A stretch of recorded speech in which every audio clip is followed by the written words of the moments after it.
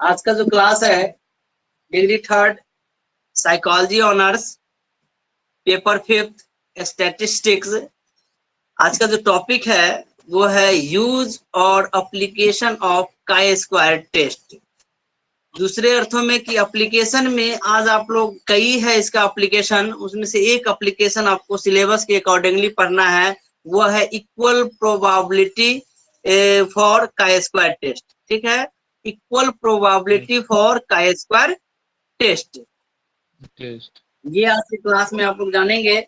और chi square का कल मैंने फॉर्मूला लिखा दिया था, बता भी दिया था, उसी फॉर्मूला से बनेगा सवाल।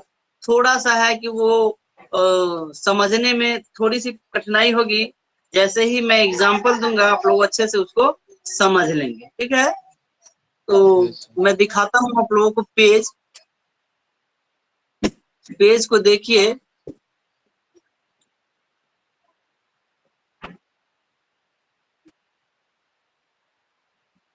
दिख रहा है? हेलो नहीं दिख रहा है रोशन सर। जी, दिख रहा है ना? नहीं दिख रहा, नहीं दिख रहे हैं सर। अब दिखा? नहीं, अभी भी नहीं दिख रहा। नहीं सर। हाँ, आप दिख रहा है। दिख रहा आप है ना? दिख रहे हैं sir. Yes sir. Okay okay okay.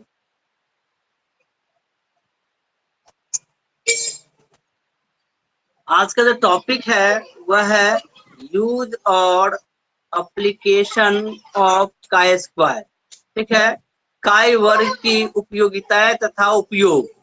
काई वर्ग की उपयोगिताएं तथा उपयोग। आज इस एप्लीकेशन आप लोग पढ़ेंगे इक्वल प्रोबेबिलिटी हाइपोथेसिस। ठीक है, यस सर। तो इसमें थोड़ा सा आपको डिटेल लिखना पड़ेगा शुरू में जानने के लिए, उसको पढ़ना भी पड़ेगा। काई वर्ग या काई स्क्वायर एक बहुत उपयोगी सांख्यिकीय परीक्षण है। सांख्यिकी यानी कि स्टैटिस्टिक्स टेस्ट है। इसकी उपयोगिता, उपयोग अथवा महत्व को निम्न स्थितियों में देखा जा सकता है। इसका है, पहला है ए, समान संभाव्यता परिकल्पना की जांच करना। ठीक है, सामान्य संभाव्यता परिकल्पना की जांच करना। Testing equal probability hypothesis. क्या है? Testing equal probability hypothesis. ये आप लोगों को सिलेबस में पढ़ना है। सिलेबस जब आप उल्टाएंगे तो उसमें देखेंगे ये टॉपिक आपको मिल जाएगा काई स्क्वायर टेस्ट में, टेस्टिंग इक्वल प्रोबेबिलिटी हाइपोथेसिस। इसको जानने से पहले थोड़ा सा जान लीजिए कि काई स्क्वायर का उपयोग उस परिस्थिति में किया जाता है जहां प्रत्येक श्रेणी में प्रत्याशित बारंबारता यानी कि एक्सपेक्टेड फ्रीक्वेंसी, जिसको हम शॉर्ट में FE कहते हैं, के होने की संभावना बराबर बराबर होती है। FE जो है, एक्सपेक्टेड फ्रीक्वेंसी जो है, उसकी होने की संभावना बराबर बराबर होता है। हाँ, तो वैसी स्थिति में हम का स्क्वायर टेस्ट निकालते हैं। इस प्रकार की संभावना को समान संभाव्यता परिकल्पना इक्वल प्रोबेबिलिटी हाइपोथेसिस कहते हैं।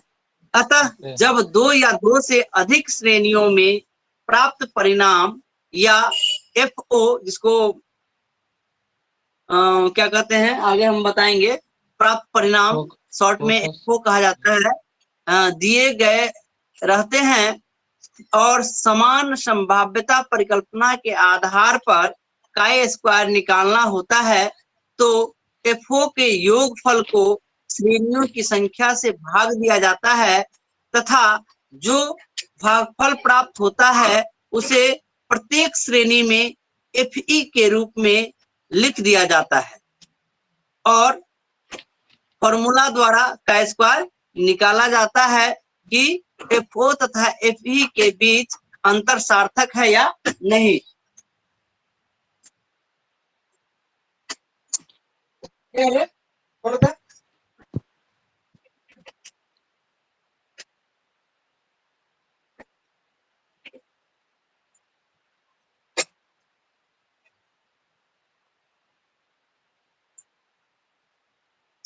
तो ये जो है कि इसमें क्या है कि FO और FE, FO ऑलरेडी दिया हुआ रहता है और FE निकालने के लिए क्या करते हैं कि FO जितना आता है उस स्कोर को टोटल कर लेते हैं और टोटल करने से उसकी जितनी श्रेणी होती है, मान लीजिए 3 श्रेणी है तो 3 से उसको डिवाइड कर देते हैं और जो डेविएशन प्राप्त होता है वही FO हो जाता है। प्रत्येक श्रेणी का FO हो जाता है। इसको मैं एग्जाम्पल में अच्छी तरह से समझाऊंगा आगे, ठीक है। तो इसके लिए एक एग्जाम्पल हम लेते हैं।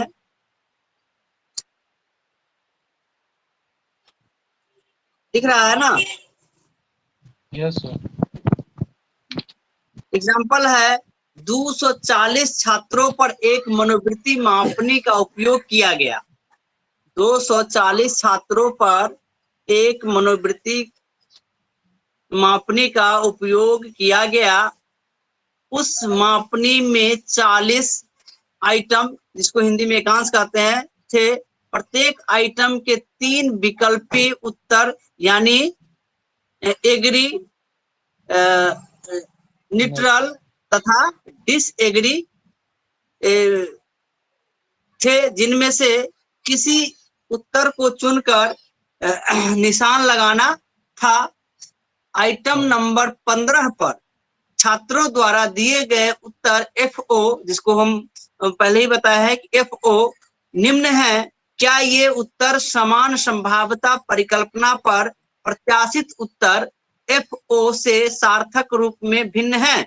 यह जानना है कि क्या ये उत्तर समान संभाव्यता परिकल्पना पर प्रत्याशित उत्तर FE से सार्थक रूप में